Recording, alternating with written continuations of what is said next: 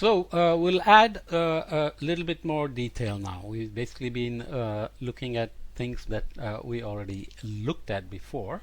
So we'll take it one step further here. Maybe I say so too many times, no? Okay, let's see if we can avoid it. We will look at the simple situation where we are at some latitude phi from the equator. So this is phi and this will be phi as well.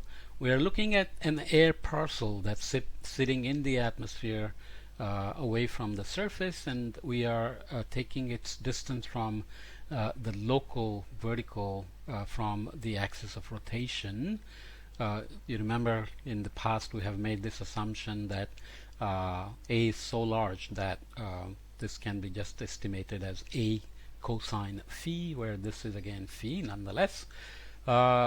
This air parcel here has an angular momentum which is omega r squared. That is just like in our tank, the angular momentum or azimuthal velocity times the distance because of Earth's rotation plus ur, where u is its relative motion with respect to the Earth. So you have easterlies which are relative to the Earth's rotation, westerlies which are with respect to the Earth's rotation. So the total angular momentum is omega r squared plus ur. Okay, so if you started with a parcel here which is at rest, then you would start with A equals omega a squared, because we are at the equator, and we would then see how u would change. Just like we did in the water tank, we released the water at the outer edge of the tank with omega r1, and then it went towards the middle because it was draining out at the center, right? So r is a cosine phi, where we neglected the little. This should be technically a plus z, a cosine phi plus z, where z is the height above the surface, but you remember that simple approximation we made. Okay, so a then just becomes omega a squared cosine squared phi plus u times a cosine phi. All we did was replace r with this expression, not a very big change. So starting in the deep tropics, we have let's say taking a parcel of air that's here, that's got basically zero relative velocity with respect to the Earth. Now you remember your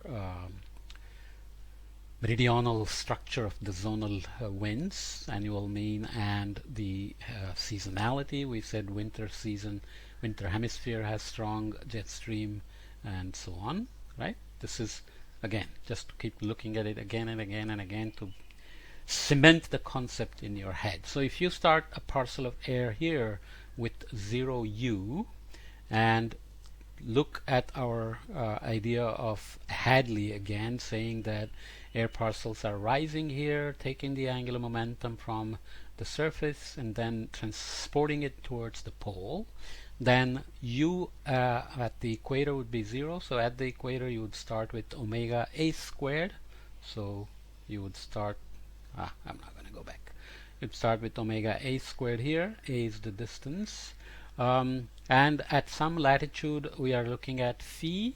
It'll be omega a squared plus omega a squared cosine squared phi plus ua cosine phi. What are we doing? We are basically saying up above the atmosphere where friction is negligible, molecular friction between the air parcels in the atmosphere is negligible anyways. There are other frictions called form drag and so on, which we are not going to worry about right now. So this is our simple angular momentum conservation. So let's solve for u at latitude phi. So it'll be just, you know how to do that, move that here, divide by a cosine phi. So you have omega a squared minus a squared cosine squared phi divided by a cosine phi, which is equal to 1 minus cosine squared is sine squared. So omega a, you are dividing a here, so it became a. Omega a sine squared phi divided by cosine phi. Some of you may have already jumped ahead and say, wow, it's trouble having cosine phi in the denominator. Why? Because it's 1 on the equator, but it's going to get smaller and smaller as we go towards the poles, because cosine of pi over 2 is 0. So what does that mean? Here is our amplification of r1 squared minus r squared divided by r, as we did in the water tank, right? So here is our amplification factor. Angular momentum is getting amplified, which means to satisfy angular momentum conservation, the zonal velocity or the azimuthal velocity has to get stronger and stronger and become very unrealistic very quickly. It'll be like 30 meters per second in the low latitudes, and will become some 130 meters per second by the time you reach the mid latitudes. Not real. Okay, so first thing we will say is that angular momentum is probably not conserved because we don't find such strong winds in the atmosphere. So there is our lab analog. Okay, so u phi is omega a sine squared phi over cosine phi, latitudes of 10, 20, 30. You will get 14, 58 and 130 meters per second. That is going supersonic very quickly, right? So here is our view of the Hadley cell. Angular momentum is being picked up. Circulation is taking. We're talking about angular momentum here, but obviously we'll move to energy soon, because Hadley cell is also moving energy, which is what its main job is. Angular momentum is being transported as a consequence of trying to move energy, but we have to see what happens to the angular momentum, right? So we have rising air transporting towards the pole, sinking and coming back. Okay, so you have northern hemispheric part of the poleward flow and sinking over the subtropical highs and low level equatorial flows. What do we mean by angular momentum being picked up? Remember, there are low latitude easterlies. Okay, so winds would be much faster westward. The easterlies would be much faster, except for the friction with the surface. So Earth is going the other way. Winds are going against it when they are easterlies, and they're slowed down by the Earth's friction, by hitting the surface. Which means what? Which means they are picking up westerly momentum. Okay, make sure you understand it. Even though winds are easterly, remember they are fairly weak in the annual mean. There is a seasonality.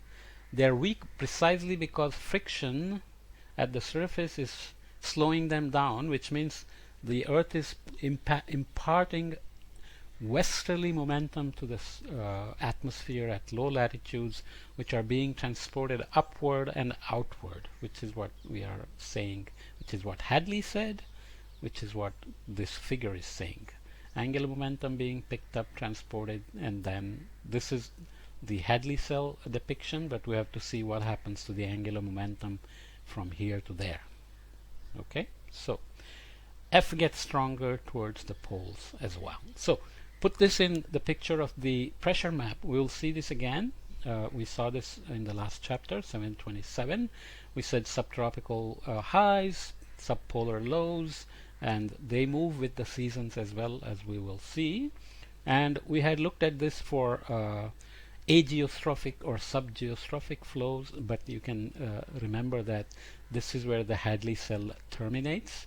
High pressure also means clear skies, no rain, so this is the latitude where the deserts are. Deserts here, desert here. This should be a desert, but it's moved because of the monsoonal circulation. All the Middle East is a desert, and so on, and similarly here. Okay, so you have to combine now all these concepts. Hadley cell, angular momentum transport poleward, and the amplification because the distance from the axis of rotation keeps dropping and F keeps increasing. We have to put these together to build the story of the general circulation of the atmosphere.